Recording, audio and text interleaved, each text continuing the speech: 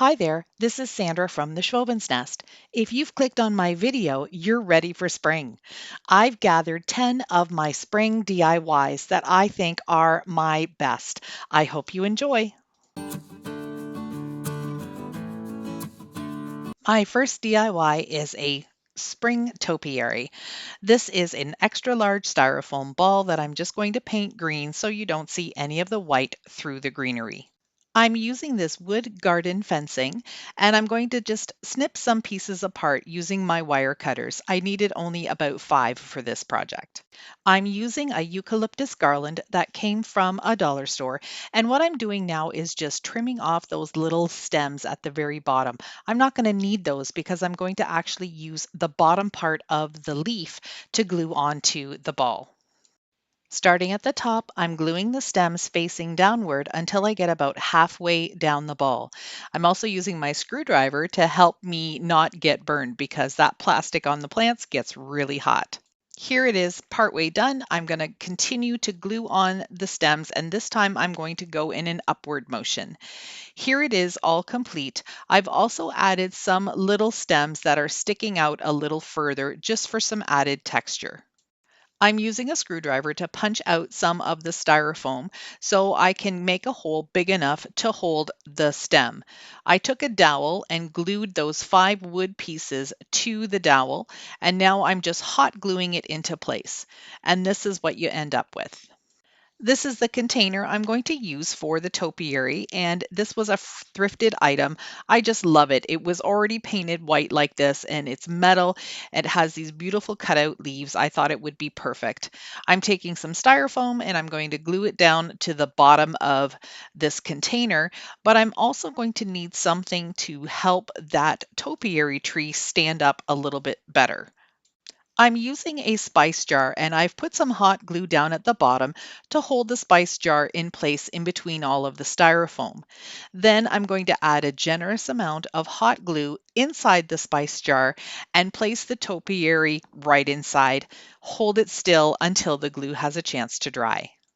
Then I added some little bits of styrofoam. I pushed them down to the bottom using my screwdriver, just again for added support for that stem.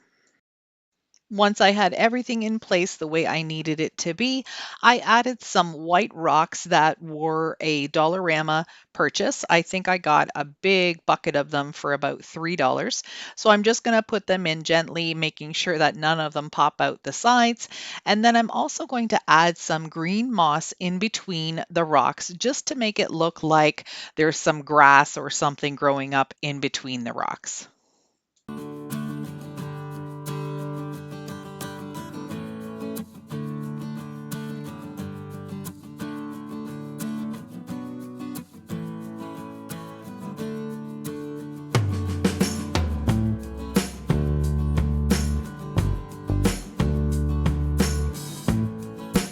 This next project is using all of these gorgeous florals.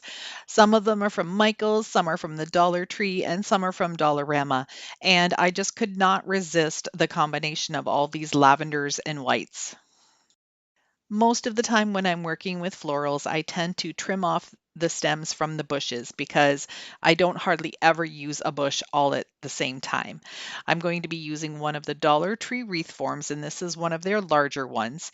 And I'm going to start on the outside edge with this long lavender stem. To make sure the stems are secure, I'm twisting them around the form itself and then using some hot glue to secure it in place. This is the first outside layer, and you can see that I'm putting them all in the same direction. That just makes the wreath look more modern. Now I'm adding some of the white baby's breath in between those stems, and I'll do the same thing all the way around.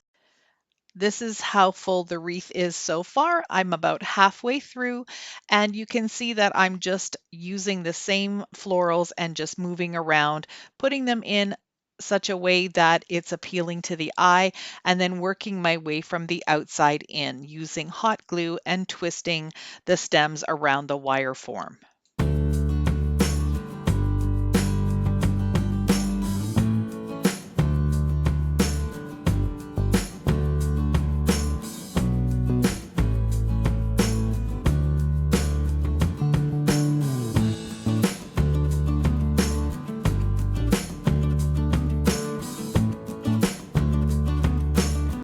am continuing to use my stash of goodies that I've accumulated over the last 6 months or so.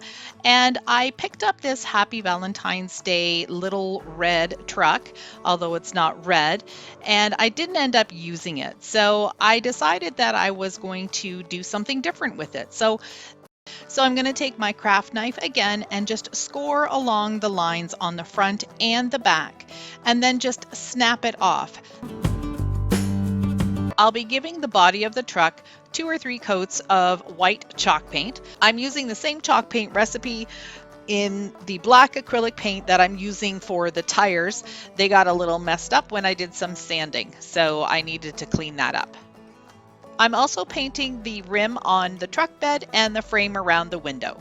I'm sticking with a more neutral look for this truck, so I'm using Country Gray chalk paint by Rust-Oleum for the fenders and the hubcaps. I'm going to do a buffalo check plaid on the body of the truck using the white as the base, black, and 2 shades of gray. So what I'm going to do, because it's really difficult to use painter's tape on this, I'm just going to mark off the center, and then I'm just going to draw in some lines and create my own checkerboard look just with the pencil. And then I'm going to follow along a buffalo plaid pattern and paint the appropriate squares. I'm not doing any specific measurements, but I'm just trying to keep all of the boxes nice and square, probably using about 3/4 of an inch as a guide. The next color I'm going to use is a medium gray. It's very similar to the chalk paint that I used for the fenders and the hubcaps, but it's just a regular acrylic paint. So here I'm showing you where the gray is going to go. It's going to be going in between the black squares. So it's going to end up being gray, black in one vertical row, and then gray, black in the next vertical row. Then the lighter gray color will come into play for the center row. For the light gray color, I'm just going to grab some of the acrylic / chalk paint in the white and just add it to the rest of that medium gray color and just lighten it up and make more of a lighter gray shade. This color is going to go right next to the black. Once the paint was all completely dry, I'm just taking a bristle brush, dabbing it into some black paint, dabbing some of it off, and then I'm just going to go over it really lightly and just distress it a little bit. The second part of this project is using a scrap piece of wood to make a sign, and I'm going to use my white acrylic paint chalk paint recipe again and give this 2 coats. The words that I'm going to put on the bottom of this sign are "Hello Sunshine." The stencil letters that I'm using are a simple script alphabet stencil in 3 inches, and I do have them linked down in my description box. I'm just using the black paint and a stencil brush from the Dollar Tree to put the letters on. For the word sunshine, I'm going to do a little bit of a Ray Dunn look-alike font. I've got my iPad sitting off to the side there with an image of Ray Dunn font in the alphabet. There it is. I will try and link that down in the description box for you. And I'm just going to use my pencil and do the best I can to write the word sunshine. Once that was completed, I'm using my Craft Smart paint pen in the color black, the thick chisel tip, and I'm going to just trace over my letters. When the letters were fully dry, I decided to do some dry brushing with the black on this as well to give it the similar look as the truck. I hot glued some of the lavender and Dusty Miller to the back of the truck bed, and now I'm just going to glue it right onto the sign. Using some eye hooks and a black chain, I put a chain on it and then hung it on my front porch. It is darling.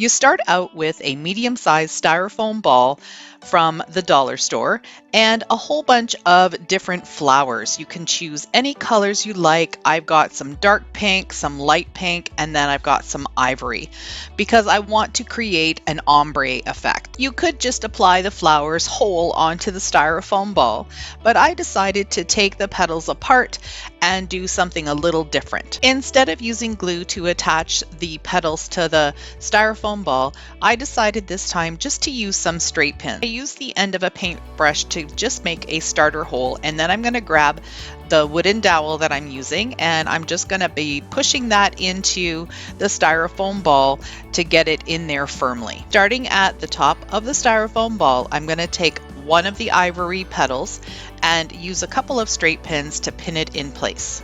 For the remaining petals, I'll be taking the whole piece and folding it in half, and then I'll be placing it up against the original petals that are there and then pinning the bottom portion onto the styrofoam ball. The effect that I want to achieve is for all of the petals to be sticking out instead of laying flat. I'm going to continue doing this all the way around the first petal that I laid down, making sure that all of the petals are standing up and looking really nice and fluffy.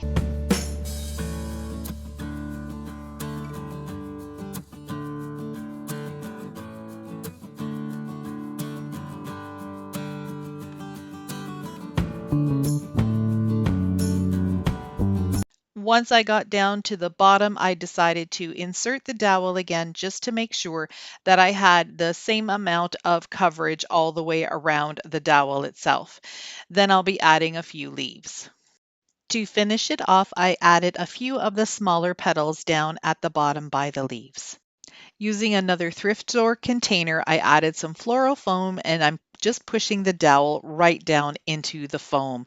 I'm then going to take some Dollar Tree nautical rope, start in the center, and hot glue it all the way around to cover up the foam. This was one of the prettiest things I have ever made. I really loved the ombre effect and how the rope turned out. It was just a beautiful accent. And I'm not a pink fan, but this is still sitting in my bedroom. I just adore this one.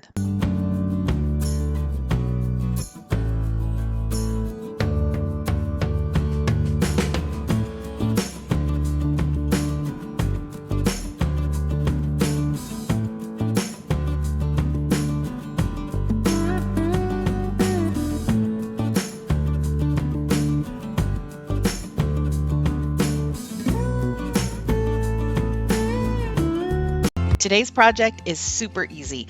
I'm using these leftover roses from a bridal shower that I decorated. I'm showing you the lamb's ear, but I don't end up using it. And this is a Dollar Tree wreath form. For this wreath, I'm only going to need the interior 2 lines of this form, so I'm just going to use my snips and trim it to size. Using hot glue, I'm going to glue the rose onto the wires, the inside and the outside wire. So all I've got to do is make sure that that hot glue hits on either side, and then it will be nice and secure. I'm going to do 3 blooms in each of the sections, and I'm just going to be repeating this process until I get it nice and full. Altogether, I used 18 of these roses. Okay, so now I've skipped forward. I've got all of the roses glued on, and I'm just snipping some extra foliage that I kept from another project. I always keep the greens because there's always a use for them. And what I'm going to do is just make this back part nicer. I don't like the glue and everything showing, so I'm just going to use these leaves and I'm going to glue them all the way around and just make the backing a little bit prettier to look at. I'll be posting this wreath on my Etsy shop, so I wanted it to have a finished and professional look.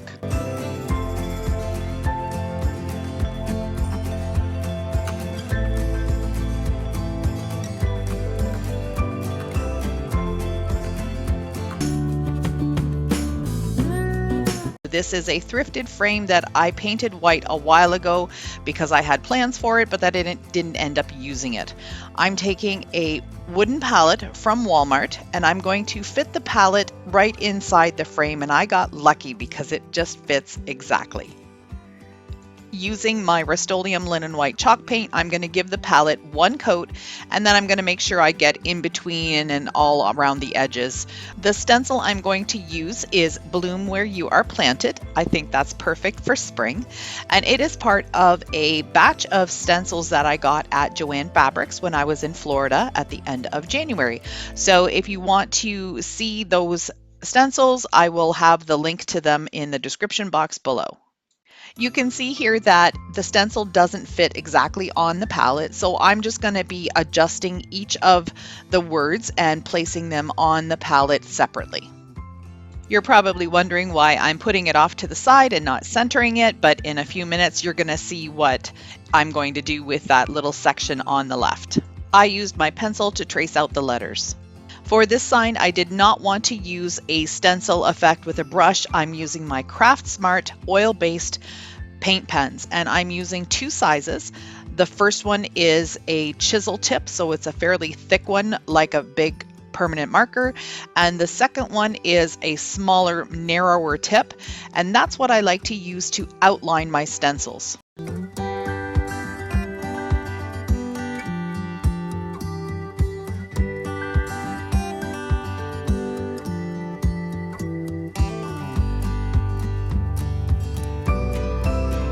I'm going to glue this in with my Weld Bond glue. I'm going to use hot glue a little bit later on, but I want this to have a really firm hold. I don't ever want it to pop out, and I'm going to be guaranteed that with this glue.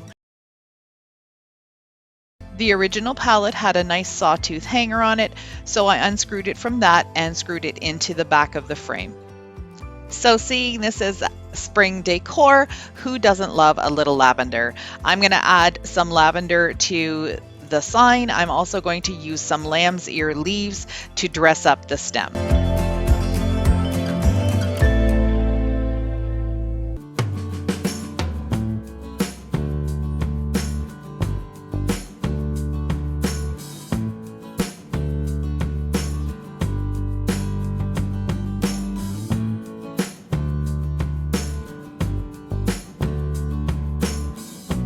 I found these two cedar planks that I had in my wood stash, and these are just planks that you would use on the barbecue when you're cooking fish or salmon or anything like that.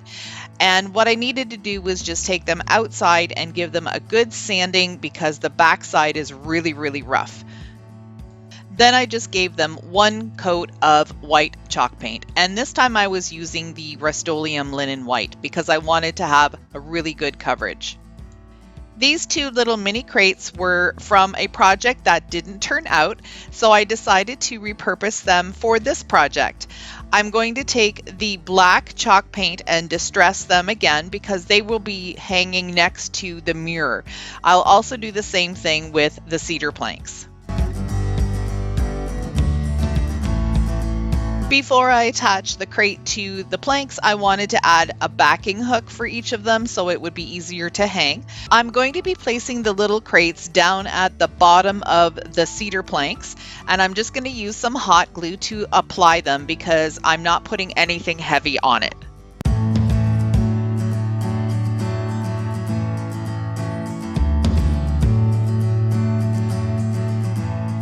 I've glued some white styrofoam into the bottom of the crates, and now I'm just going to make a little arrangement with some eucalyptus and lavender. I'm going to make the second one to match the first one and then get everything hung up.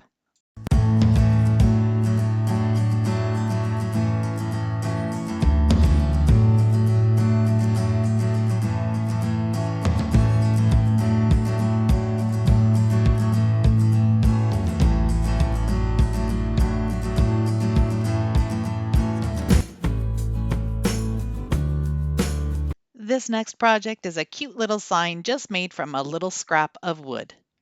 I'm just sanding it down and getting it prepped for paint. I'm giving everything a one coat of this acrylic paint in this beautiful sage green color, and then I'm going to add some additional paint with white. Once the green was dry, I'm giving it a full coat of white chalk paint in the Rust-Oleum brand.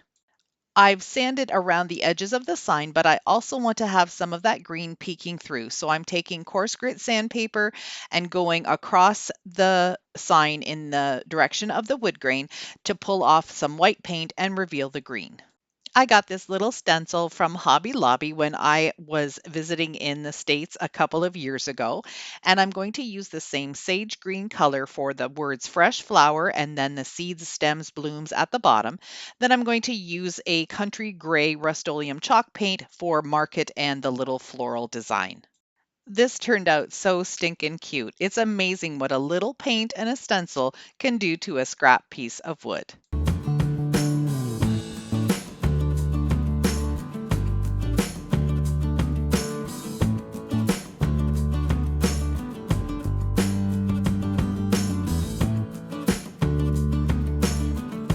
This last project I think is my favorite for today. It really turned out great and I'm really proud of it. So I'm using this thrifted box. Whenever I have gone thrifting previously, I always look for these wood boxes because you can use them for so many different things. I'm taking the hinges off because I won't need the lid for this project. I'm going to give it 2 coats of Rust-Oleum white chalk paint. I'm using these 2 cutting boards that were from Dollarama. This one is from a previous project that I don't want anymore, so I figured I would repurpose it for this project. So what I'm going to do first is paint them both black. I did do some prep on the one here with the words on it. I took some sandpaper and just sanded down the lettering so it would be nice and smooth. These cutting boards already have holes in them, but they're not big enough for the dowel that I'm going to need to push through them. So I'm going to take my 1/2-inch spade bit and drill a hole all the way through to the other side so my dowel can fit snugly inside.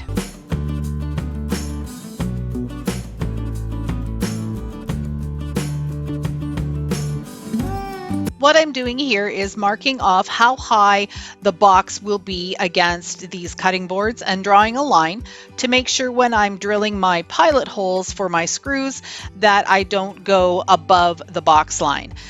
I'm going to start the screws into the side piece first, and then I'll add them to the box.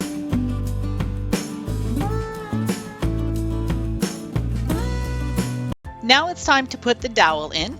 I had a little bit of a struggle trying to get this baby in, but I had to twist and twist until I got it all the way through the one side. And because both of these handles were so firmly screwed in, I did have to push the dowel in past where I needed it to be, and you're going to see it coming out on the one side there. And then once I had it passed, I was able to fit it into the other hole and then push it through again. Now it was time, of course, to distress because no project would be complete unless I distress. So I'm going to take my white and do the same thing that I did with the risers. I'm going right over the screws and I'm going fairly heavy on this as well. Finally, to make this look more like a farmhouse bucket, I'm going to use this stencil and I'm just going to use the bottom that says local honey and the little flower and line across the bottom, and I'll be using black paint for this.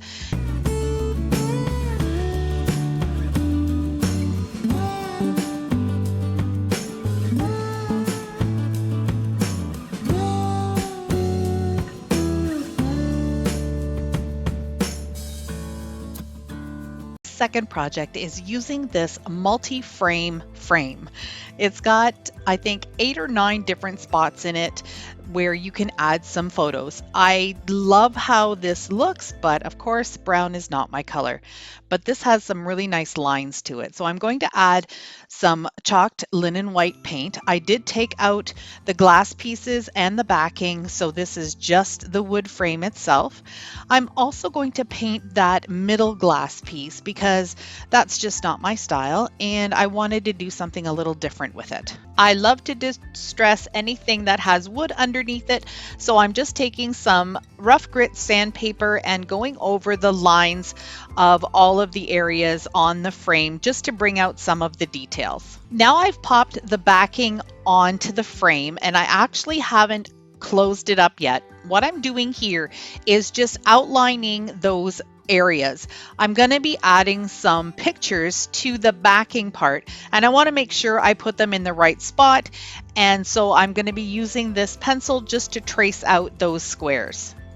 It's time now to put the glass back in, and I'm going to use some hot glue and just put a tiny bead in each corner, drop that little piece of glass in, and then reinforce it with some more hot glue all the way around the glass. I went to my computer on a site called pixabay.com. You've probably heard me talk about this before. You can get lots of free pictures, and this is where I found all these cute little farmhouse photos. I'm going to apply them using some matte Mod Podge. So for this glass part in the center, I'm just using a piece of cardstock and making a shiplap design just with pencil. I've got this greenery and I think it's called boxwood. I'm just trimming off the very tiniest pieces at the top of each of the stems, and I'm going to use that to create a little wreath right on top of that faux shiplap.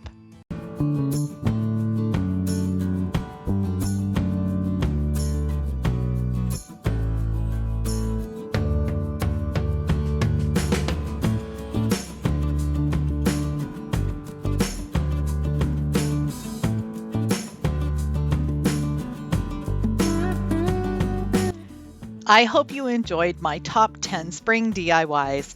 These were from 2020, so I'll be starting some fresh new ideas for spring decor coming your way soon.